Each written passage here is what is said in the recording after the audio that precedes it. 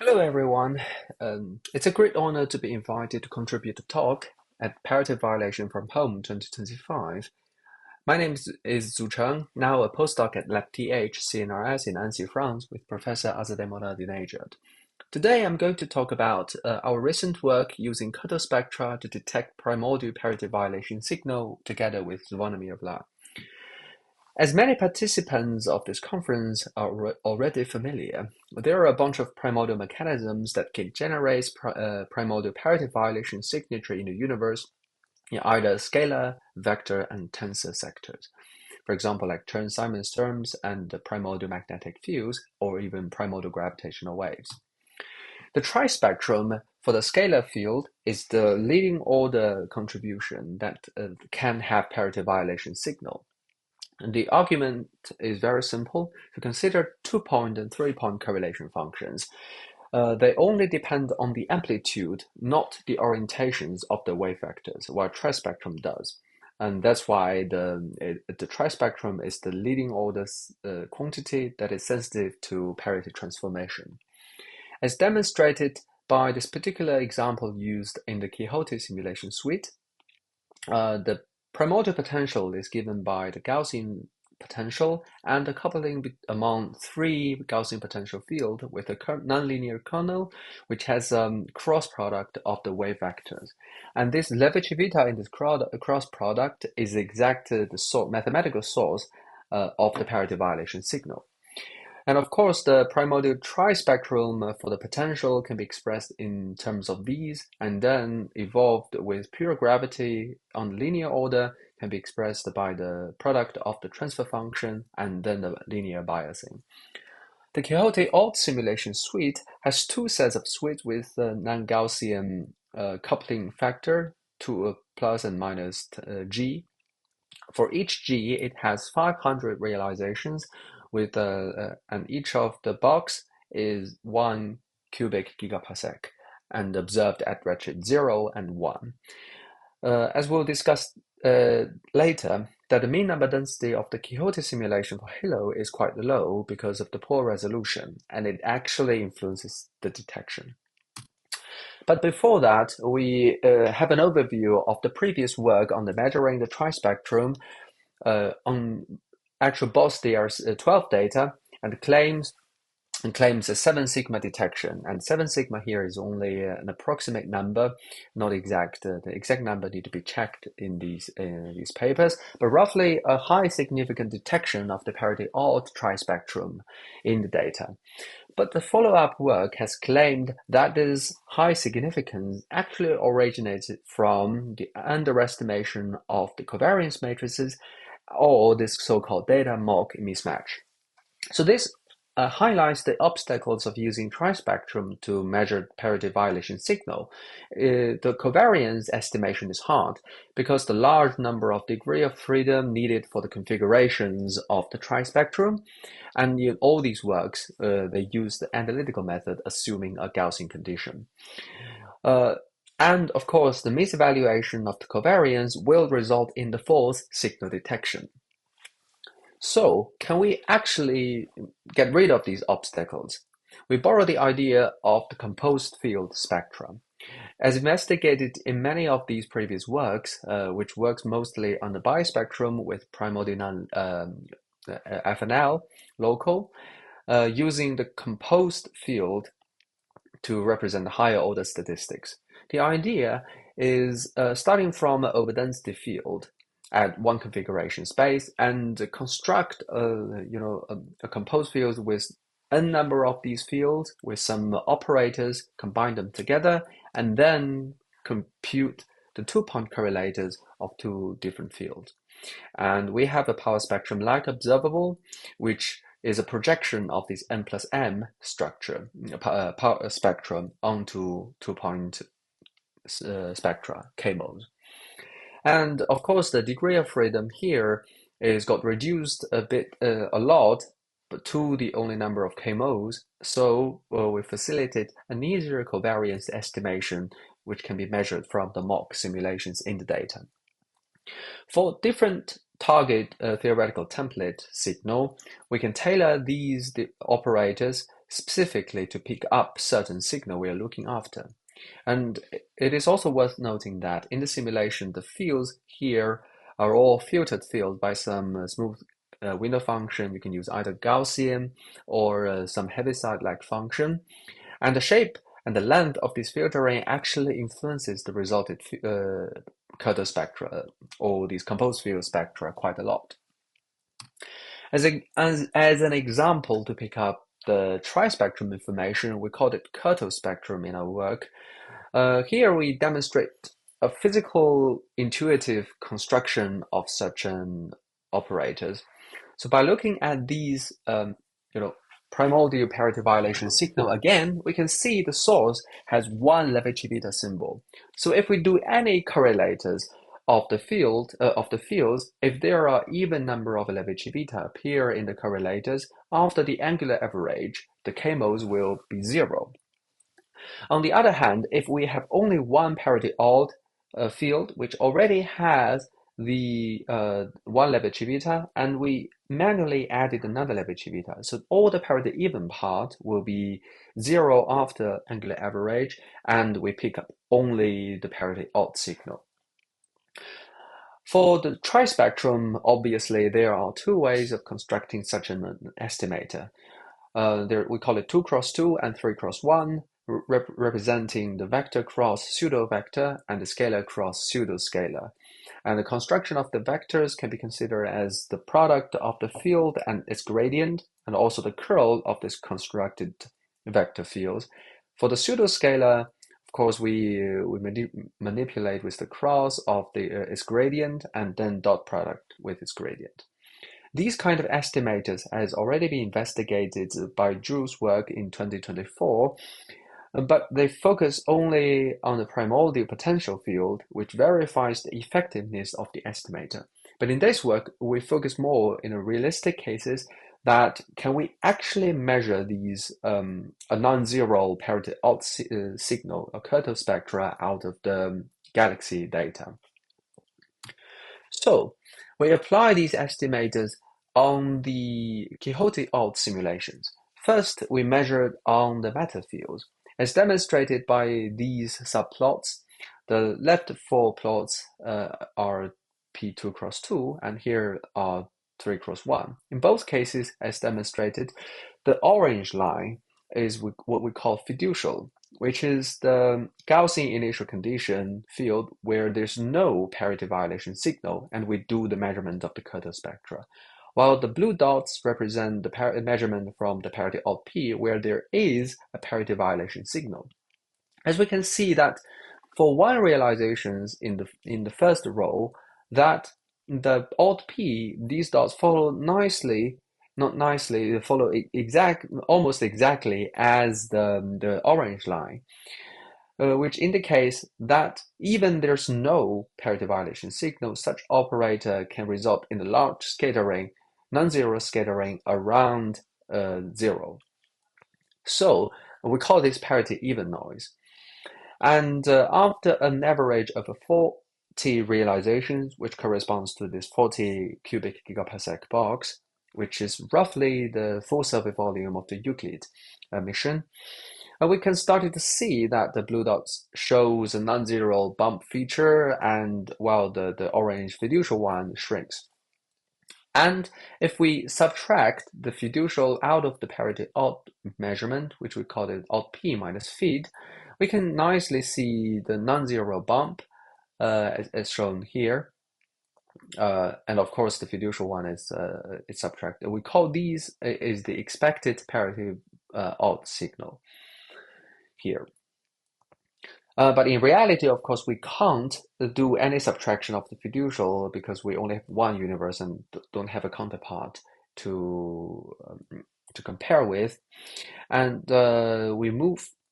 So the detection in these panels should be our target detection. And then if we measure on the halo fields, however, things becomes even worse. So the noise of the parity-even got even stronger.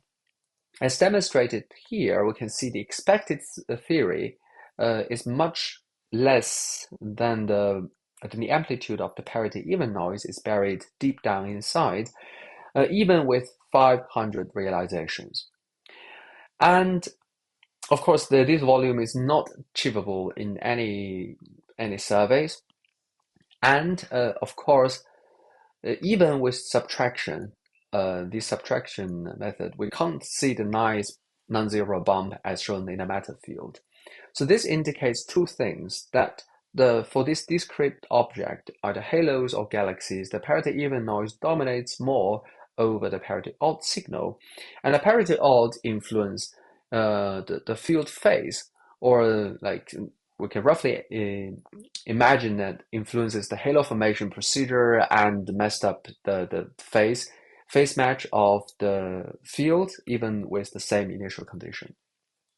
Okay, so we first ask ourselves, can we actually do better?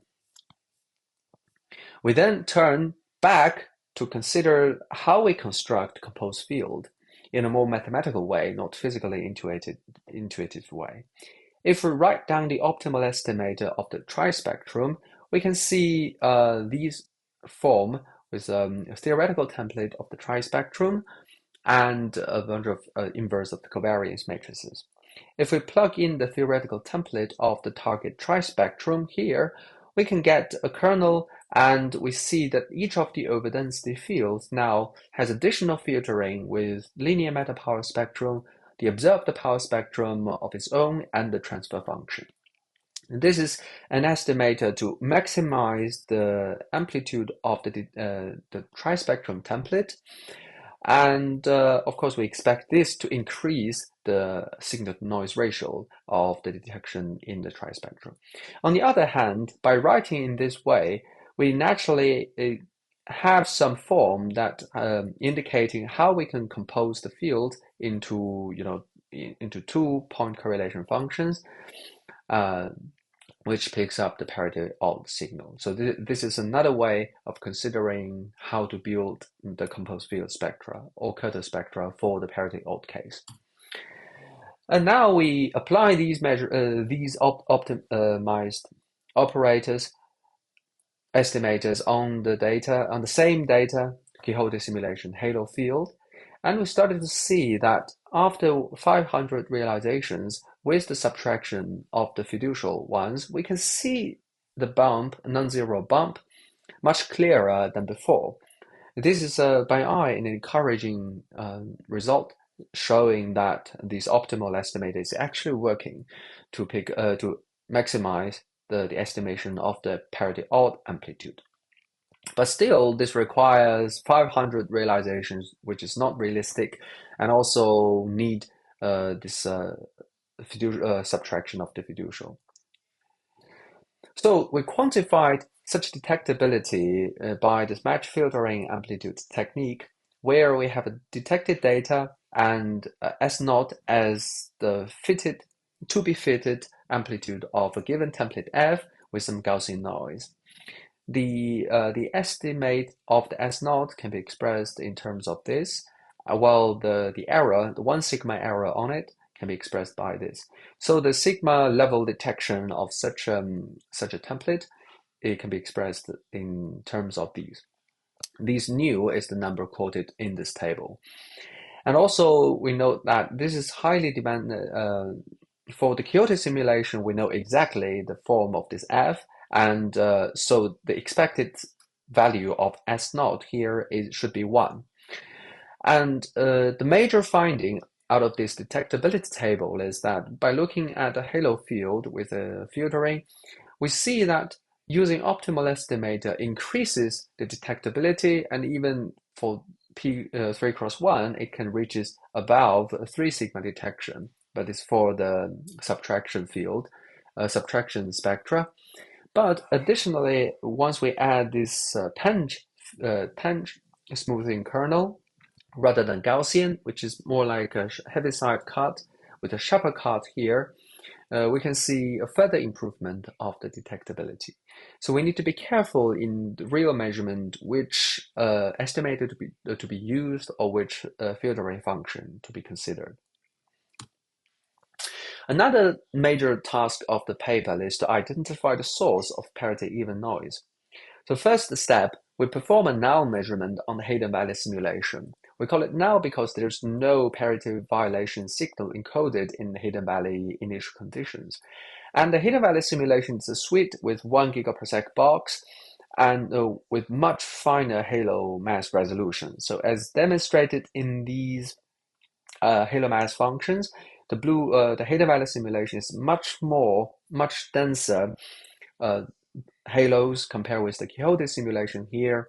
And if we measure the P2 cross 2 with 2 different filterings, we can clearly see that the parity-even noise compared with the Quijote simulation is almost 10 to the 4 orders of magnitude smaller, which indicates that increasing the number density of the biased traces, we can actually shrink the parity-even number density.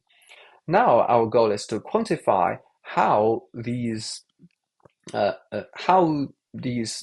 noise level can scaled with the number density and the survey volume. We perform such analysis by using the downsampling of Quijote matter field. So the strategy is that starting from a Quijote matter field, we randomly select the dark matter particles to match the certain mean number density of the traces. Of course, it doesn't change the biases, it doesn't change the measured power spectrum, it only changes the stochasticity. As demonstrated by these blue dots, a star here, that as we increase the number density, the sigma level compared with the noise level shrinks dramatically. And for number density smaller than several 10 to the minus 4, which matches roughly the mean number density of the Euclid and DESI surveys, these scaling relation can be roughly described by this power law relation where alpha is 4. This is motivated as, for more details, you can check the paper. This is motivated by the number of fields on the power of stochasticity in the trispectrum, which is 1 over m bar to the 4th scale. And of course, if we increase the survey volume, the noise level will be reduced. So the expected sigma or the parity-even noise level can be approximated in this way. And for the signal, because the number density of the traces also changes the bias terms, so we need to adjust the target theoretical template accordingly, like this. This is only the leading order contribution. Of course, there are next to leading order things which is not the linear relation as b to the 4th. So with these parameters, we can make a forecast for the Euclid surveys. So starting from the measurement from the Quijote halo simulations with a given number density, and change and scale the number density according to the Euclid mean number density, we can forecast these band errors compared with the expected signal in the Quijote simulation. So the blue bands here is the prediction, assuming the scaling relation slope is equals to 3, while the orange one is assuming the scaling relation is 4. And we can see that it's very sensitive to the scaling relation, but if using this physically motivated 4, alpha equals to 4, we can actually be quite optimal that if you use the full survey volume of Euclid, we can put some constraints on the parity violation signal amplitude here. I wouldn't say claim a detection because it's highly theoretical template dependent, but it can help us put constraint more robustly. So I leave my conclusions here of this work, and I also want to highlight that we are currently perform the kurto-spectrum measurement on SDS's both DR12 and DR16, especially on DR12 to compare with the previous work using trispectrum as 4-point correlation functions, as we mentioned. And hopefully we'll post these results soon. Thank you very much, and hope to discuss more with you in the discussion sessions. Thank you.